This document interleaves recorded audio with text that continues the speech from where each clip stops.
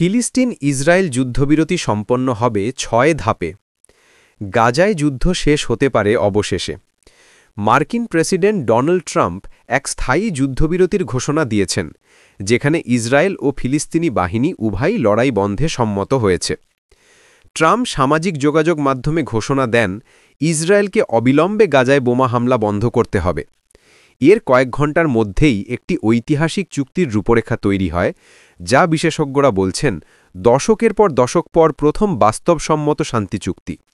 চুক্তিটি মোট ৬টি ধাপে সম্পন্ন হবে। প্রথম ধাপ, ইসরায়েল সঙ্গে সঙ্গে সব বোমা হামলা বন্ধ করবে। দ্বিতীয় ধাপ, গাজা সব বন্দীদের মুক্তি দেবে।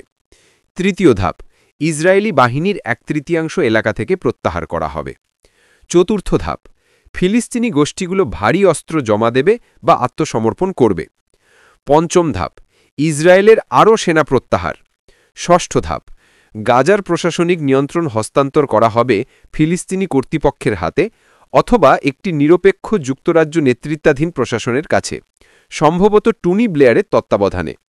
সব ধাপ সফলভাবে সম্পন্ন হলে ইসরায়েল পুরোপুরি গাজা থেকে সরে যাবে।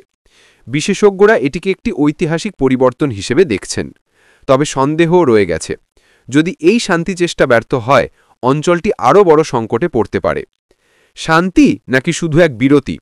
গাজার ভবিষ্যৎ কী হতে চলেছে? এই ঐতিহাসিক যুদ্ধবিরতি চুক্তির প্রতিটি মোড় জানতে সঙ্গে থাকুন। এমন সব আপডেটের জন্য বিটিভিকে লাইক এবং ফলো করুন এবং আপনার মূল্যবান মতামত প্রদান করে ভিডিওটি শেয়ার করে দিন।